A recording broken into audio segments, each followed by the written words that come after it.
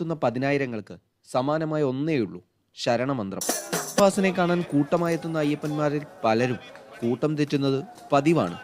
അങ്ങനെയുള്ളവർ ഏതു ഭാഷക്കാരുമാവട്ടെ, ആദ്യം വിളിക്കുക അയ്യപ്പനെയാണെങ്കിലും ഓടിയെത്തുക കുമാരനടുത്തേക്കാണ്. കൂട്ടം തവರಿಬಿಟ್ಟ ಅಯ್ಯಪ್ಪನ್ಮಾರ್ಗಳು ಗಮನಕ್ಕೆ ಹಲೆಗಳ ರೀತಿ ಹರಿದು ಬರುತ್ತಿರುವುದರಿಂದ ಸನ್ನಿಧಾನಕ್ಕೂ ವಸ್ತುನ್ನ ಅಯ್ಯಪ್ಪ ಭಕ್ತರು ಸಂಖ್ಯೆ.